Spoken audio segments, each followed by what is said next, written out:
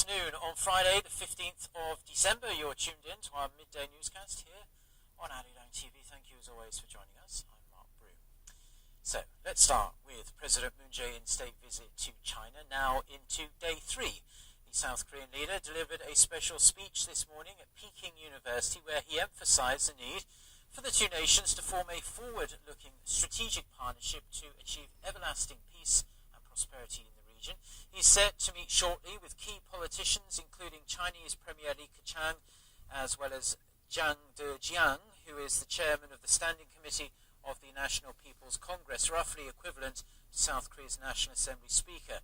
President Moon will then move to the city of Chongqing, about 1,800 kilometers southwest of Beijing. According to the Blue House, Chongqing not only holds historical significance for Korea as the site of the nation's provisional government during the Japanese occupation, but it's also the linchpin of President Xi's policies focused on China's economic cooperation and development. On Thursday, President Moon Jae-in and Chinese President Xi Jinping unveiled their 4 basic principles for dealing with North Korea's nuclear issue. The two leaders made some progress during their summit in Beijing, but when it comes to the issue of the US THAAD missile defense system, clear differences remain. Our Chief Blue House correspondent Moon Gon-young reports from Beijing.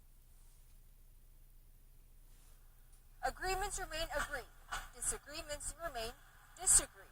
That basically sums up the third bilateral summit between South Korean President Moon Jae-in and Chinese President Xi Jinping here in Beijing in what has been coined as a highlight of President Moon's first state visit to China.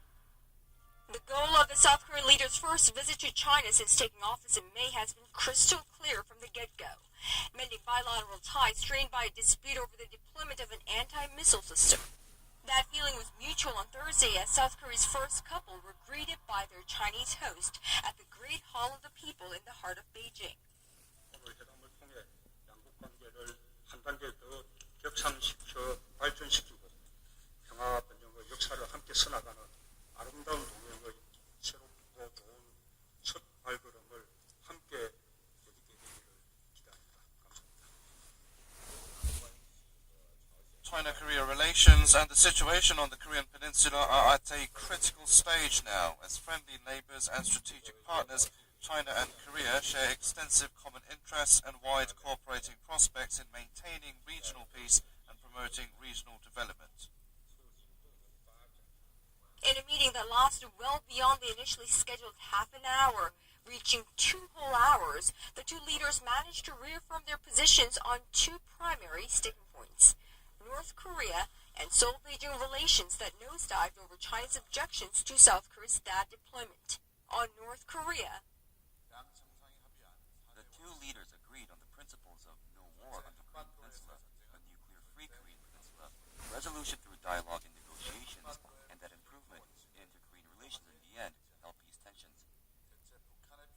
and over the issue of THAAD. President Xi reiterated China's opposition to the deployment and said he hoped South Korea would continue to appropriately handle this matter. But the Blue House official added that there was an air of positivity unseen from their last encounter, relaying Xi's remarks that the Chinese leader hoped the two countries' bilateral relations will never have to go through such a setback again. Presidents Moon and Xi also decided to keep all forms of communications open to better foster dialogue between the two leaders. Has Mr. Moon's China trip helped dig out the frosty South Korea-China relations from its darkest hour? Will this chart a new path for a new chapter in South Korea-China relations? That will determine in the next few weeks, which will be crucial for this very important relationship in Northeast Asia. Reporting from Beijing, Moon Gon-young, Arirang News.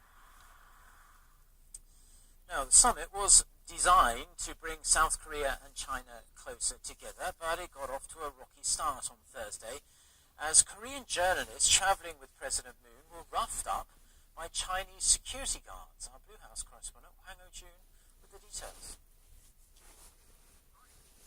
2 South Korean photojournalists were severely beaten and injured by a group of Chinese security guards while covering the trade fair that President Moon Jae-in attended on Thursday morning.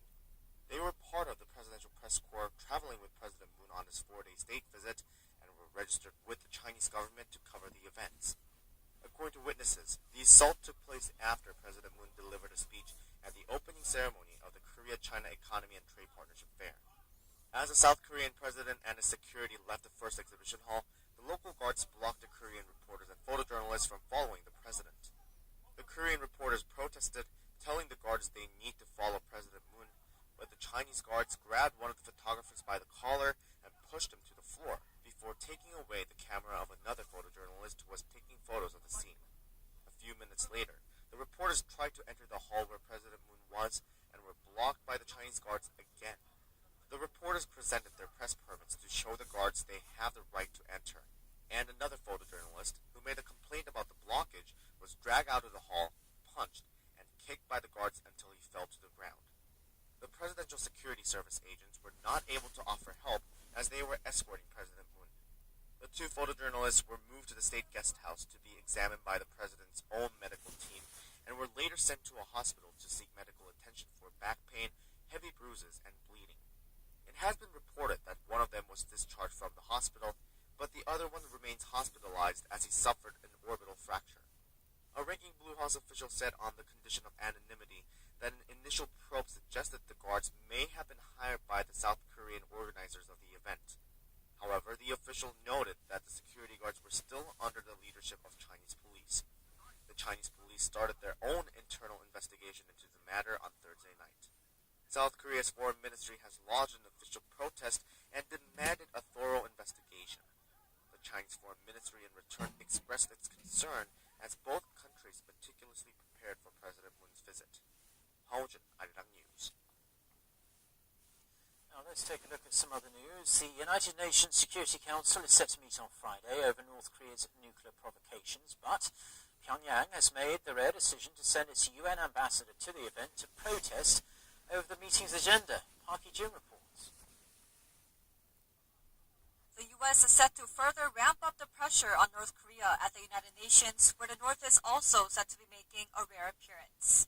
The State Department says Secretary of State Rex Tillerson will seek to rally members of the UN Security Council on Friday to turn the screw on Pyongyang.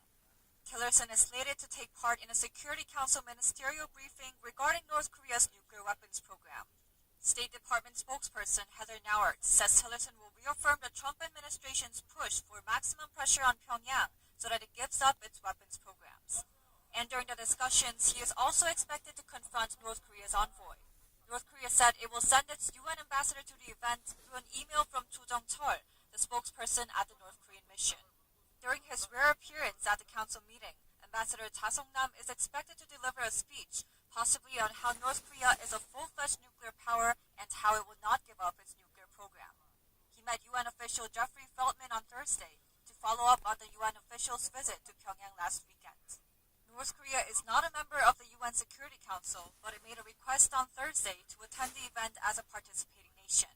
The move is seen as a highly exceptional case, raising speculation that its envoy may be planning to make strong and determined remarks on the meeting's agenda. Ahead of the event, North Korea's state-run Korean Central News Agency lashed out at the U.S. for convening the meeting. The report said the meeting is none other than a desperate measure plotted by the U.S. being terrified by the North State nuclear force. In a separate broadcast, the North slammed the U.S. over the possible use of a naval blockade, warning such a move could drive the situation on the Korean peninsula to the brink of war. Park Hee-jun, Arirang News. The White House has announced that President Donald Trump spoke with his Russian counterpart Vladimir Putin on Thursday to discuss North Korea. In a brief statement, the White House said the two discussed working together to resolve the very dangerous situation in North Korea. The Kremlin also confirmed the call, saying the two discussed the situation in several crisis zones with a focus on solving the nuclear issue on the Korean peninsula. Earlier Thursday, Putin criticized the US during his annual end-of-year press conference, saying its actions on North Korea were provocative and counterproductive. The senior UN envoy, who recently returned from a visit to North Korea, has expressed serious concern about an accidental move toward conflict. Speaking to CNN on Thursday, Jeffrey Feltman said he was worried about the lack of communication channels with Pyongyang and that there was a high risk of some kind of miscalculation that could lead to war. He added the lack of trust has driven the regime to rely on military deterrence in the short term. Earlier this week, he's also reported to have said Pyongyang is not likely to engage in dialogue and will continue its nuclear program until it has a deterrent capability. Feltman was the first senior UN official to visit the North in 6 years, and during his 4-day trip he met with high-level Pyongyang officials, including Foreign Minister